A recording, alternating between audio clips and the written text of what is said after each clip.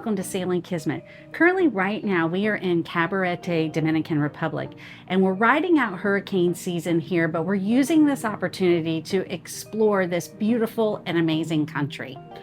We can't wait to share all the adventures with you, but before we get ahead of ourselves, we want to share with you the journey that we just took from the Exumas all the way down to the Dominican Republic.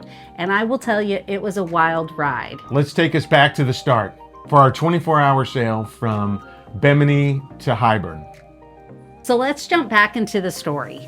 Okay, so as we were preparing to leave Bimini for Highborne Cay, we had two choices to make. One, we could go around the north side of Bimini, which would add a little more time, but it made the depths where we didn't have to worry as much, or we could have the choice of going around the south side of the island. The only problem there is the depths are a little more iffy, but it would cut the time by an hour. We elected to go ahead and go around the north side of Bimini. What are we doing right now? We are headed to Highborne Cay. We just passed Mackey Shoals, and we're on a straight run, kind of a beamish run down to the west end of Nassau. Yep. And hopefully the wind will stay in our favor. Yeah. We've had a couple of storms rolling through, but nothing really on us. Great day to sail. Started out kind of rough, but I think overall it's been good. As we came through the channel, we were headed towards Nassau, and the sunlight started to come up, and you know, I had been up all night, so it was time to get some much needed rest. I woke Patrice up and it was her shift. Well, good morning from the Bahamas. We are just off of Nassau heading to Highborne Cay. It's going to be about 6 hours till we get there. It's 32 nautical miles.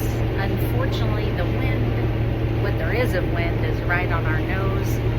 So we are just having to do a motor, so only going about 5 to 6 knots. But other than that, it's a beautiful day. It's calm and sunny. That big storm that was ahead of us has finally moved out. So here, I'll give you guys a view of what it looks like right now.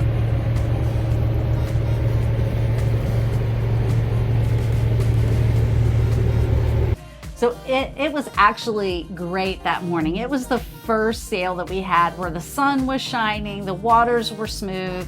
I had Nassau off to my left and beautiful crystal clear water to my right.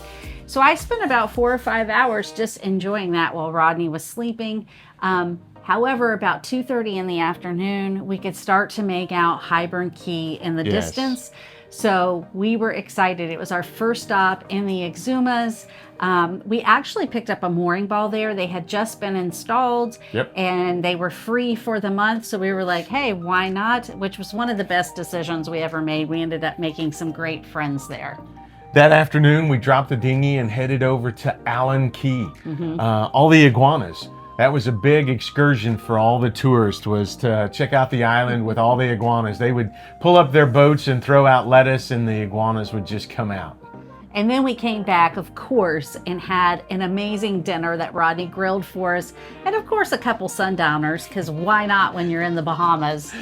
As we left Highborne Cay, we were heading to Shroud Cay, which was on our bucket list because they have this amazing thing called the washing machine, which is a dinghy ride through the mangroves that dumps you back out into the ocean, and a little bit of rapids at the end.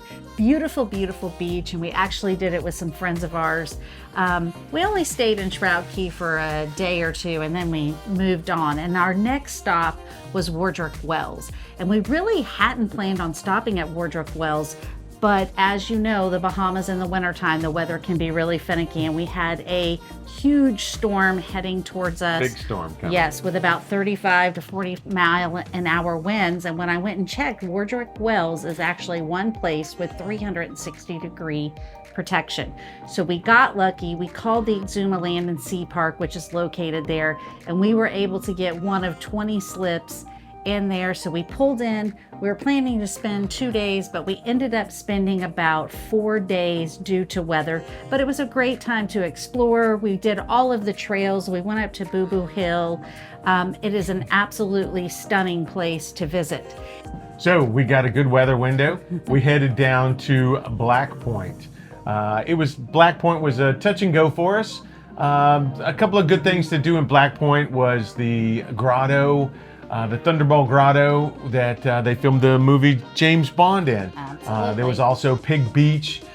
We topped off with some fuel. But one of our favorite things there was actually going to Cruiser Beach. Oh yeah, Cruiser Beach. We went there every single night, probably 20 to 30 cruisers showing up there nightly to have sundowners, trade stories. And it's actually where we met our really good friends, Mike and Sarah from Sailing Tova.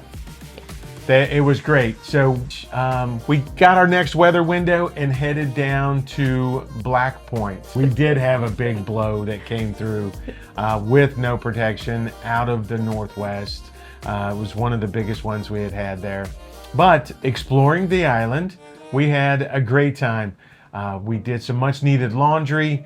We found a shipyard where some young men were building their boats for the next big Black Point regatta. Yes, so we were there as they were preparing for this regatta. It was so cool to see these young men building these wooden sailboats, and this skill has been passed down from generation to generation.